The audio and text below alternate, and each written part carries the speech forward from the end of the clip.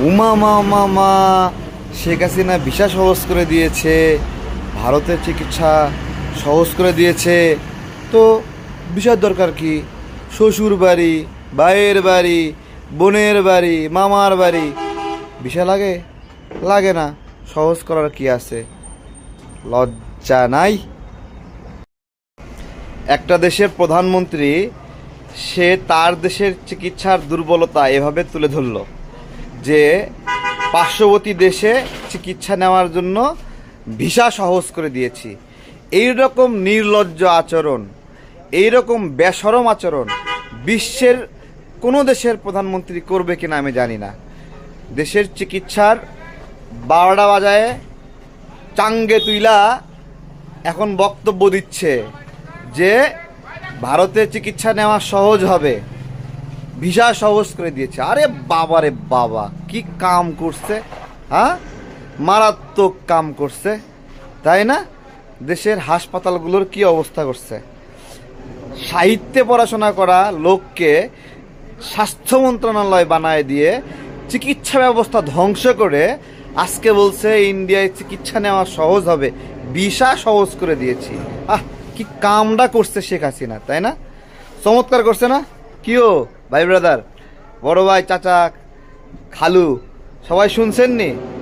আপনাদের নেতৃত্ব মারাত্মক কাজ করছে, একবারে মানবতা মানে ডুঙ্গি উল্টায় ফেলছে। হ্যাঁ, দেশে যথেষ্ট ভালো মানের চিকিৎসক রয়েছে, কিন্তু সমস্যা কি? হাসপাতালগুলোতে দুর্নীতি হয়, মেশিনগুলো নষ্ট, অপরিচ্ছন্ন, দায়িত্ব নাই, হাসপাতালে সঠিক সময়ে ডাক্তার আসে না। এই হলো সামগ্রিক অবস্থা। চুরি চামারি অনেক ধরনের সমস্যা রয়েছে, এগুলো নিয়ন্ত্রণ করার কোনো কিছু নাই। এগুলোকে সহজ করতে পারতেছে না। বলছে ইন্ডিয়ায় চিকিৎসা সহজ করে দিয়েছে। বাপ রে বাপ, একবারে উল্টায় ফেলছে শেখের বেটি, তাই না? কি মারাত্মক কাজ করছে না? গত কিছুদিন আগে নেপাল থেকে বাংলাদেশে এসে সার্জারি করে গেল। ইন্ডিয়ায় ভুল চিকিৎসায় সে ভুক্তভোগী ছিল। এরপরে ইন্ডিয়ায় অনেক বাংলাদেশি নাগরিক চিকিৎসা নিতে যায় মৃত্যুবরণ করে, এবং সেগুলো ধরা ছোঁয়ারও বাহিরে।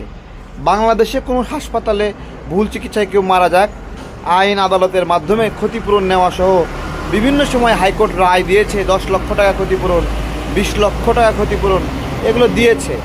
এটা দেশে চিকিৎসা করলে সম্ভব হয়। ইন্ডিয়ায় একটা ভুল চিকিৎসা করে কেউ মারা গেলে কেউ দড়ি বাঁধতে পারবেন? বলেন, পারবেন? জিজ্ঞাসা করছি।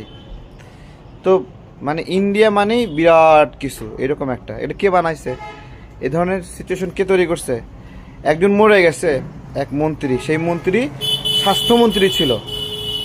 হ্যাঁ, শয়তান চুরি চামারি কইরা ছেলেদের নামে বিরাট সয় সম্পত্তি করে মরে গেল, এবং সেই মরা স্বাস্থ্যমন্ত্রী নিয়ে ফেসবুকে লেখার কারণে ছাত্রকে গ্রেপ্তার করা হয়েছিল। মনে আছে? মনে আছে নি? ওনার নাম কি বলেন তো আপনারা সবাই? কমেন্টে নামটা বলে দিয়ে যান। হ্যাঁ, চোর চোর। শেখ হাসিনা স্বাস্থ্যমন্ত্রী যাদেরকে এ পর্যন্ত বানাইছে প্রত্যেকে চোর। হ্যাঁ, চোর। এগুলো চোরদেরকে ক্ষমতায় বসায়ে এখন ইন্ডিয়ায় চিকিৎসা সহজ করে দিয়েছে। বাংলাদেশের নাগরিকরা কি পেরেশানির মধ্যে আছে! চিন্তা করা যায় কত কষ্ট দিচ্ছে এই চিকিৎসার নামে। একটা চোখের কিছু হইলে লন্ডনে দৌড়ে যায়। ওবায়দুল কাদের অসুস্থ, সিঙ্গাপুরে গেল। হ্যাঁ, বাংলাদেশে হচ্ছে না, মারাচ্ছে না বাংলাদেশে। বাংলাদেশে যে তোমরা দায়িত্ব থাকা অবস্থায় বাংলাদেশে চিকিৎসা হচ্ছে না, তাহলে তোমাদের দায়িত্ব থাকা দরকার কি? মানুষ ভ্যাট ট্যাক্স দেয় কয়টা খাতে রিটার্ন পাওয়ার জন্য, যোগাযোগ ব্যবস্থা রিটার্ন পাওয়ার জন্য, স্বাস্থ্য খাতে রিটার্ন পাওয়ার জন্য। এই তো মোটামুটি। আর একটা শিক্ষা, এই সরাসরি মানুষের প্রতিদিনের ব্যবহার্যের মধ্যে স্বাস্থ্য, শিক্ষা আর হলো চিকিৎসা। শিক্ষা 80% কোটায় নিয়োগ দিয়া এরে এমন ঢলঢলা বানাইছে মানে চিন্তার বাহিরে। আর যোগাযোগ, বাংলাদেশের নাগরিকদের জন্য কোনো পাবলিক পরিবহনের অবস্থা ভালো নাই। সব যক্ষা রোগীর মতো। সার পোকা কামড় দেয় কুটকুট কুটকুট করে, কুটকুট করে কামড় দেয়। দুটো গেল। আর চিকিৎসার অবস্থা সবাই বোঝেন। একটা পরিবেশ তৈরি করছে হাসিনা, সেই পরিবেশটা হলো বাংলাদেশে চিকিৎসা হয় না, এই পরিবেশ তৈরি করছে। বাংলাদেশে এত মেধাবী ছেলে পেলে এখানে ডাক্তার হচ্ছে, ভালো ভালো চিকিৎসক, পিজি হাসপাতাল, এত ভালো হাসপাতাল, হ্যাঁ, কিন্তু মেশিন নষ্ট। মেশিন কেন নষ্ট থাকে? কেন মেশিন নষ্ট হয় মানুষ বোঝে না। সোহরাওয়ার্দী হাসপাতালে মেশিনগুলো নষ্ট, মেশিন নষ্ট, ব্যবস্থা নেওয়ার কেউ নাই। কেন নষ্ট থাকে বোঝে না। হ্যাঁ, আশপাশের বেসরকারি ডায়াগনস্টিকে পেট ভরানোর জন্য এগুলো নষ্ট দেখায়। এই অবস্থায় চলছে আমাদের, এগুলো দিয়ে কোনো সমাধানের সুযোগ নাই। বেডি কি করছে, ভারতে ভিসা সহজ করে দিছে, চিকিৎসা সহজ করে দিছে। হ্যাঁ, তো তুমি বাংলাদেশের কি করলা? হ্যাঁ, বাংলাদেশের চিকিৎসা, নাগরিকদের চিকিৎসা বাবদ হাজার হাজার কোটি টাকা ইন্ডিয়ায় চলে যায়, হাজার হাজার কোটি টাকা। তা আমি যেই রাষ্ট্রকে টাকা দেই, সেই টাকা দিয়ে আমি যদি এই সেবাটা না পাই, তাহলে রাষ্ট্রকে টাকাটা কেন দেবে নাগরিকরা? হ্যাঁ, শুধু এই চোরদের মজা মাস্তি করার জন্য।